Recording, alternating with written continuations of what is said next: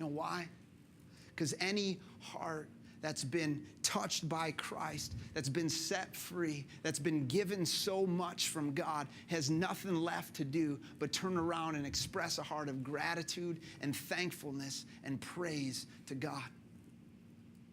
Even Jesus, when he's tempted in the desert in John 4, he tells the devil, no, worship. It's written, worship the Lord your God and serve him only.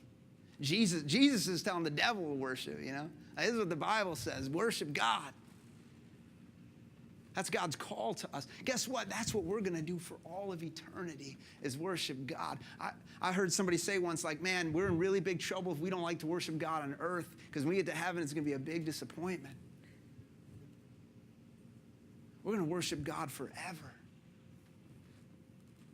Christians who are devoted to Christ, churches who are devoted to Christ, worship God. That's what we do. We're going to, like I said, we're going to go through those in greater detail. I just wanted to cut on a few of those really quick. But listen to me when I say this, because I want you guys to get this. God's grace for you and for your life is big. Why do I say that? Because what I'm not saying here tonight is that if you don't do all this all the time, that you're not really a Christian, you don't really love Jesus, and God doesn't really love you.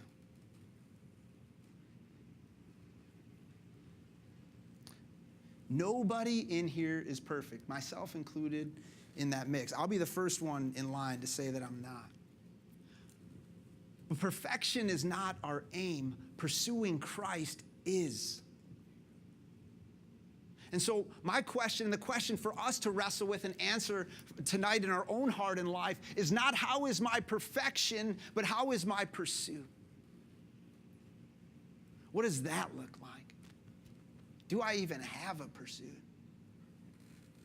Does it even really matter that much to me? The reality is that the significance of something in our life can often be measured by the level of devotion that it commands. There's a reason why when you went to college, it required a greater devotion than kindergarten. There's a reason why being married, just a little bit. There's a reason why being married and staying married requires a whole lot more devotion than dating and living with somebody. Does anybody watch the Olympics in here? Anybody Olympic buffs? Nobody? I'm like the only person who watches the Olympics. I love the Olympics, man. The Olympics are awesome because what other time do you get to see like the very best athletes from all over the world come together and compete to find out which one truly is the best of the best, at least for that day? Never do you see that happen. I mean, this is like people from nations all over the world who've gathered together for this. You know, I love it too because all throughout that time they do these interviews and they're like talking to athletes from all over. You're hearing their story, and some of them make you cry. You know, not me, but some people cry. And they're like, you hear about what it took to get there and their work and their devotion. You know what's true about those stories?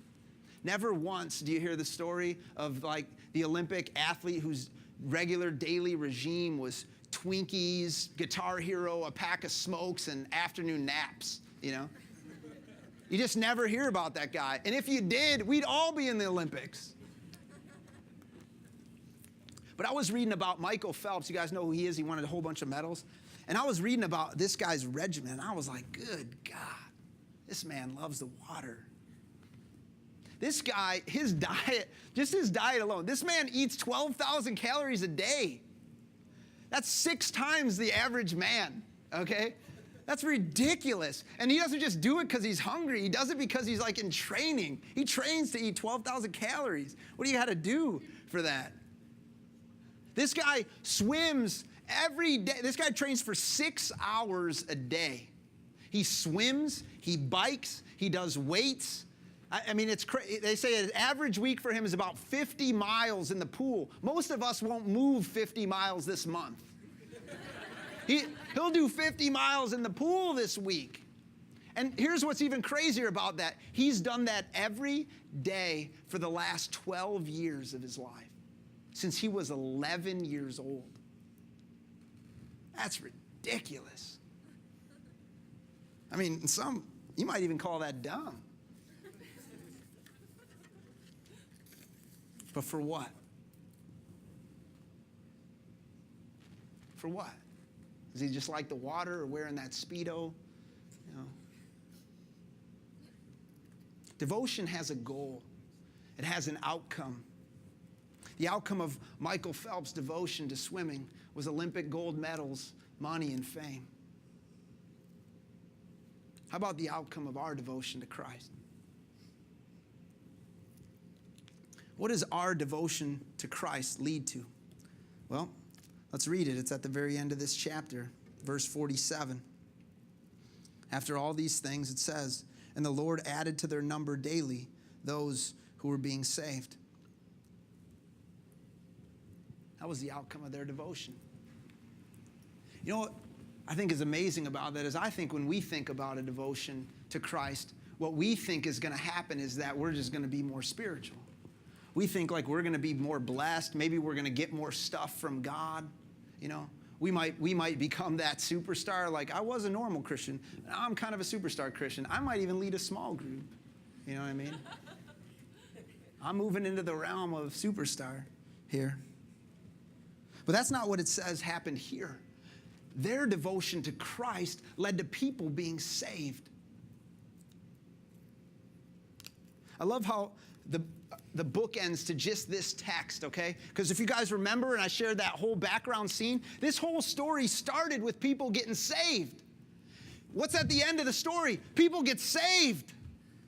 Guess what God cares about? People getting saved. Crazy. Jesus is all about people who are lost being found, people who are in darkness coming into light. That was his mission. Jesus told us, he said that the Son of Man has come to seek and to save what was lost. And guess what? When he left and gave us his Spirit, that was his mission for us too. The mission of Christ for your life and for mine is not for our health, wealth, and happiness. It's for Christ to come. It's for people to be saved. It's for the lost to be found. And God doesn't care about more than anything else than salvation.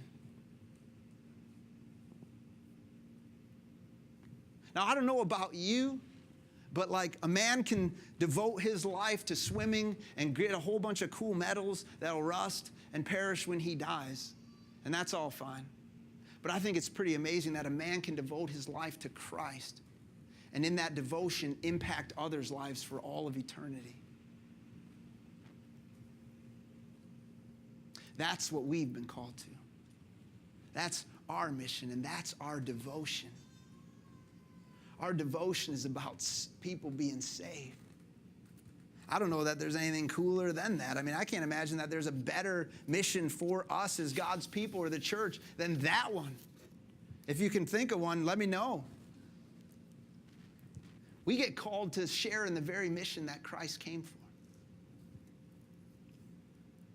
I wonder what would happen if we, as Christians, as we as the church got really committed. I wonder what would happen if we were really devoted.